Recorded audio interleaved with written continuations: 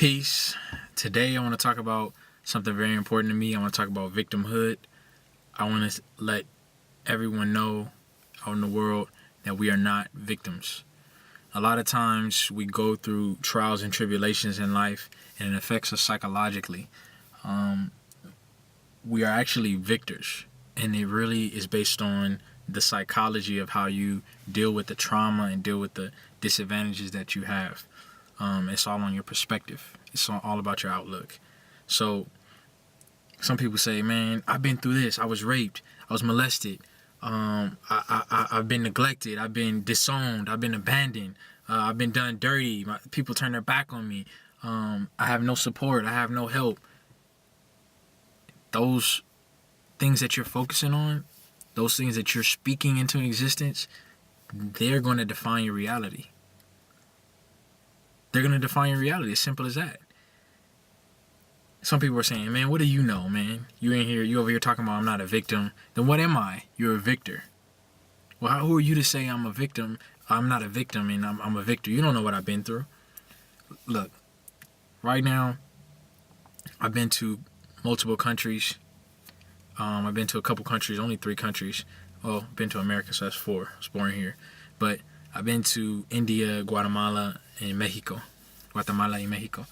And aprendí como hablar en español. And soy bilingüe. So, statistically, I shouldn't be where I'm at. Right now, I'm a working professional. I was born in Los Angeles, California, the west side of Los Angeles. My father's from South Central. Neither of my parents graduated from high school. I'm a so-called minority in North America and the United States. Statistically, the dropout rate is higher for people who look like me and who are from my background. Statistically, the dropout rate is higher, the crime rate is higher, the unemployment rate is higher, the education level is lower. My mother passed away when I was 17 years old. I watched her go through a terminal illness. I watched her go through cancer. I watched her physical form deteriorate while her spirit blossomed. My father was a purported drug dealer, cocaine. He always told me, however, to never be a victim, and instead of being a victim, he used to always say, never be a Vic. He said it that way. He told me victim, he identified victim, but he would always say, never be a Vic. Meaning always create something for yourself, always be something. Don't accept being a victim. I didn't learn my father sold cocaine until my mother passed away. Well, just before my mother passed away, until my mother was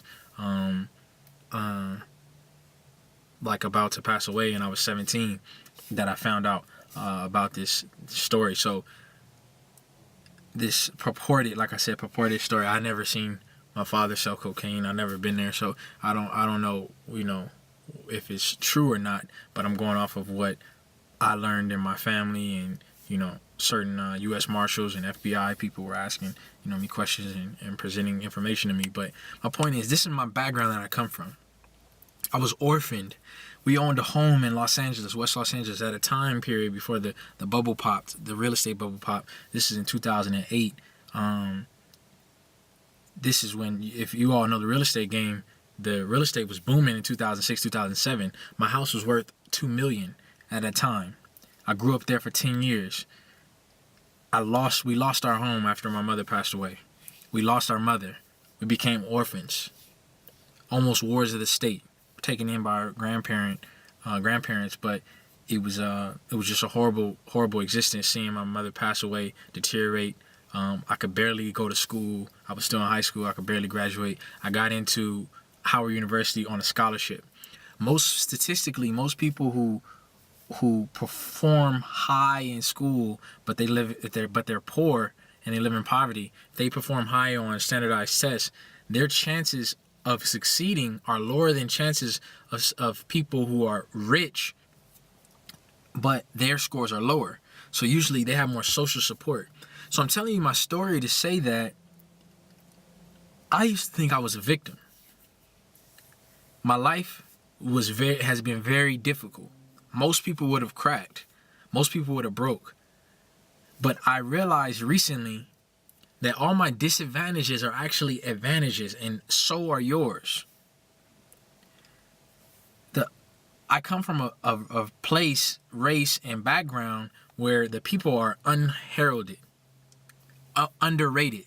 So what does that mean? If you have somebody coming up that's underrated, that means you can come from the sidelines and people don't see you coming.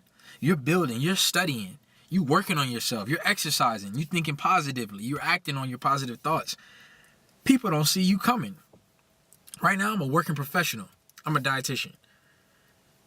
People think I'm a janitor, a secretary. They say all kind of condescending, degrading things because because their illusion in their mind and their program and their belief system is that somebody that looks like me has to perform in a certain capacity.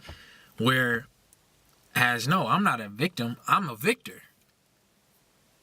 When I had to survive and provide for myself when in college, it made me stronger than my friends who would just call up mommy and call up daddy. I almost cracked. It was difficult being alone, not having advice and things like that, but I had to go within. I had to maintain and create and maintain an inner strength. So you're not a victim. You're worthy. No matter what you've been through, no matter what you've seen, no matter what you've been told before, you're worthy of living a life of abundance, of living a life of happiness. No matter your background, your dreams are valid. As Lupita Nyong'o said, no matter your background, your dreams are valid.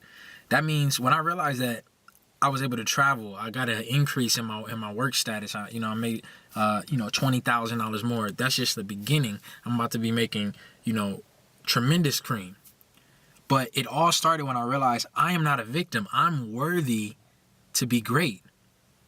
Regardless of what the illusions are telling me around me, if I know within myself that I'm worthy to be magnificent, I'm worthy to be great, then I realize that all my disadvantages are actually advantages. And the fact that I only had a certain amount of time, a certain amount of resources to study, say, Espanol, I focus more. Whereas other people have trips to Spain and study abroad programs and things like that. I may have only had a couple weeks, but I use those weeks. I availed of those weeks to gain something out of it. So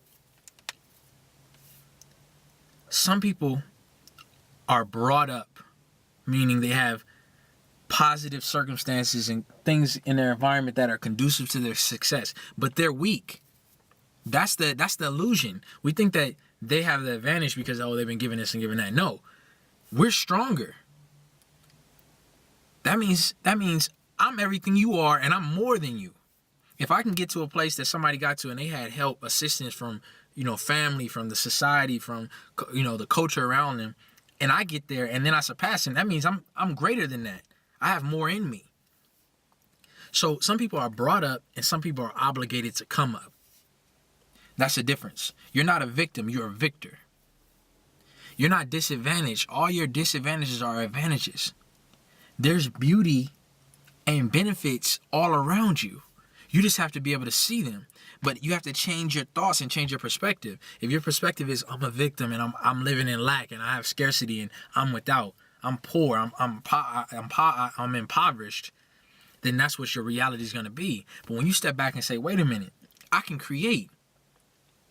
The universe is open to my manipulation, just like anybody else with wealth. It may be more difficult, but guess what? Without struggle, there's no progress. A man is not judged by the heights he's climbed. He's judged by the depths from which he came.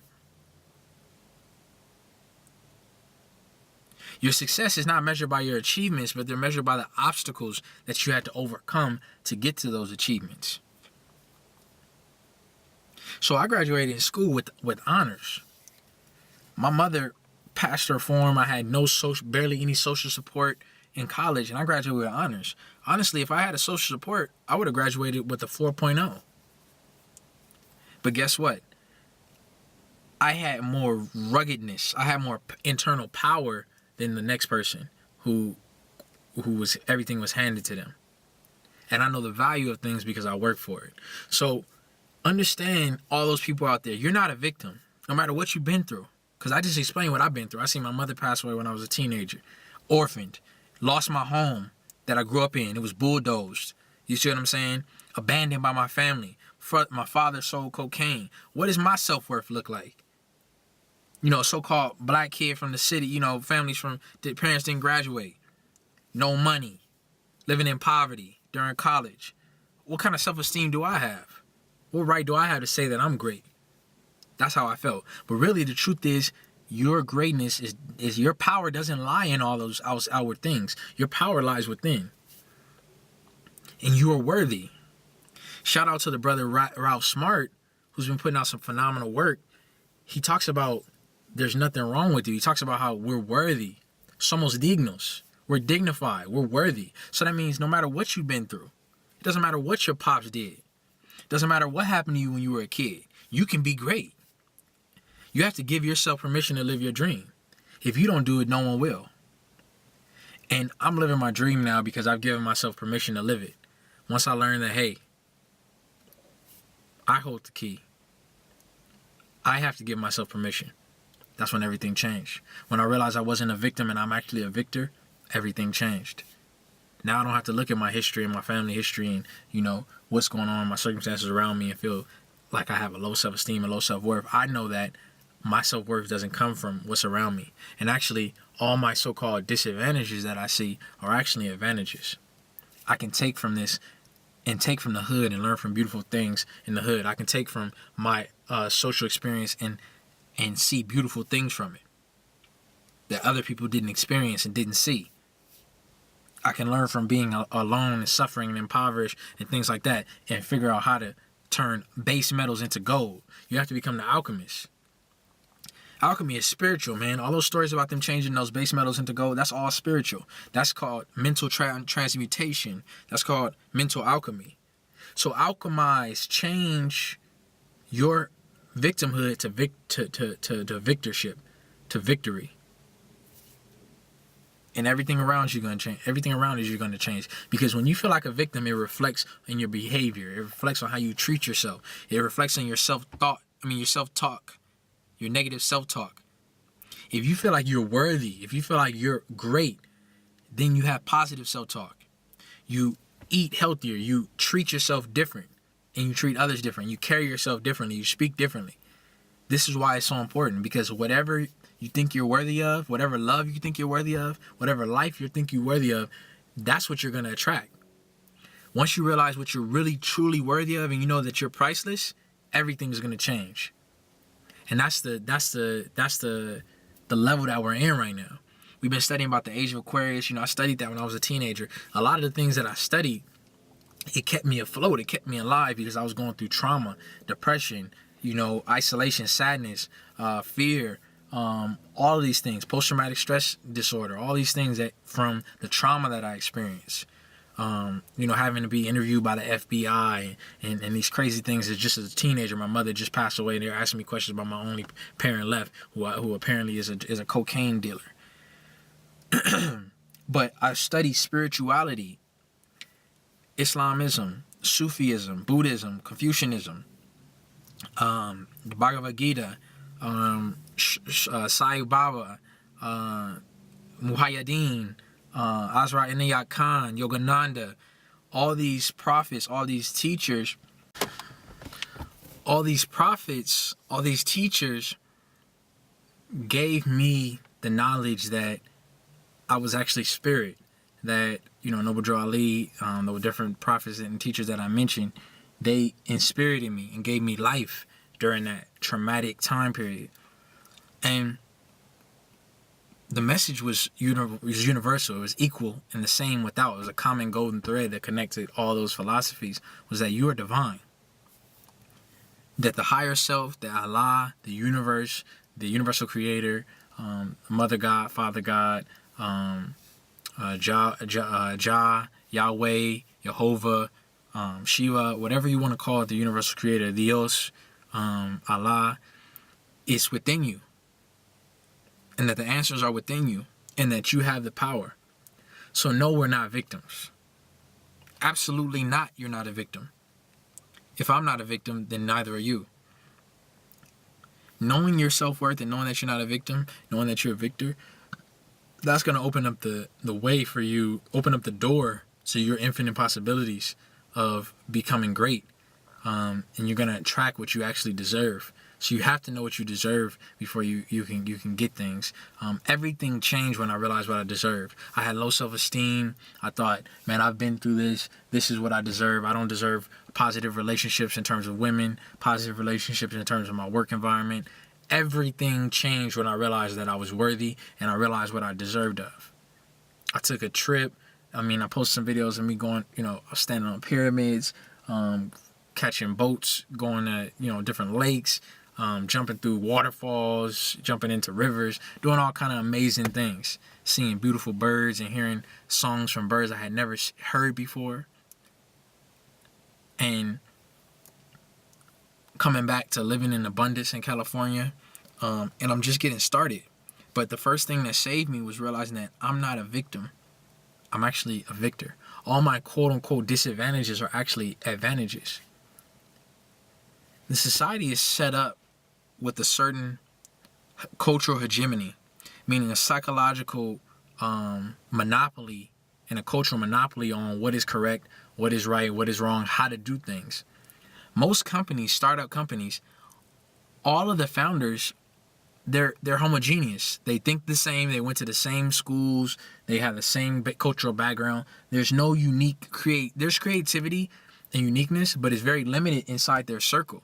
So really, the status quo now serves a lot of people. You have new people who are coming up with things. Elon Musk, coming up with the zip file, the zip company, and coming up with PayPal and innovating. But really, a lot of these systems are already serving a lot of these people who are in power.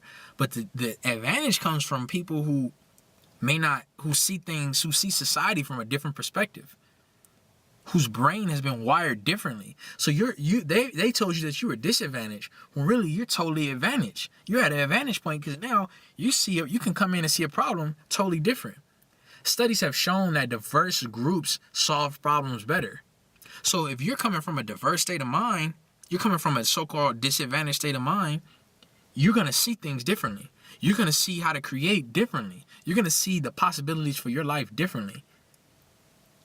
But if you just tell yourself you're disadvantaged and there's no value in where you come from, there's no value in what your perspective is, then you'll never really be able to create.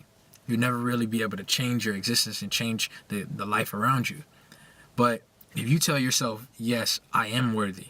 Yes, I am valuable. It's all about right now on the planet. And then in this age, it's all about upliftment, and it's all about uplifting yourself, and it's all about self-love and knowing that you're worthy. If you don't know that you're worthy, no one else will know that you're worthy. When you know you're worthy, you accept, because the jewel about worthiness and knowing that you're not a victim is that you accept the love you think you're worthy of. You accept the treatment that you think you're worthy of. You accept the money, the salary, the lifestyle that you think you're worthy of. So if you have a low self-esteem, you're going to accept the low. If you have a high self-esteem, you have a high self-worth, you're going to accept the best because you know you're priceless. We are not victims. We are victors. All our disadvantages are actually advantages. Peace.